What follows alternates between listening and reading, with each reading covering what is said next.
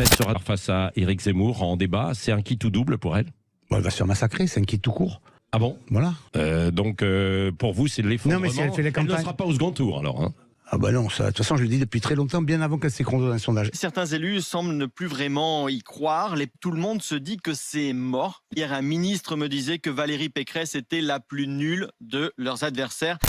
Zemmour est en train d'opérer là avec succès, ce pourquoi moi je me bats depuis très longtemps et ce pourquoi je me battais déjà au sein du Rassemblement national, c'est-à-dire cette idée d'alliance des droites. Je considère que le Rassemblement national ne pouvait plus gagner parce que à de multiples reprises j'ai fait l'expérience et le constat que de hauts scores ne garantissaient pas la victoire, loin s'en faut, et j'avais le sentiment à chaque fois qu'on devenait presque malgré nous parce qu'il n'y avait vraiment pas d'intention, les idiots utiles du maintien du système. Ça veut dire qu'ils étaient bien contents de nous avoir en face parce que mécaniquement, avec les seconds tours, oui. la chose était verrouillée et le paysage politique passé, vous avez raison. Et le paysage politique ne bougeait jamais, la recomposition espérée n'arrivait jamais. Non, parce que tout est fait pour que ça débouche sur cette solution-là. Quand elle est au second tour, on nous dit, entre les deux tours, alors qu'ils sont gagnés, hein, je rappelle qu'elles sont gagnées, ces élections. Quand, il y a 5 ans, au premier tour, Macron l'a bien compris, il fête l'élection le soir du premier tour, pas le soir du second. À la rotonde à Montparnasse. À la rotonde. C'est-à-dire qu'il sait très bien que tout est fini. Avec Éric Zemmour, j'ai le sentiment qu'enfin, il y a une porte qui s'ouvre.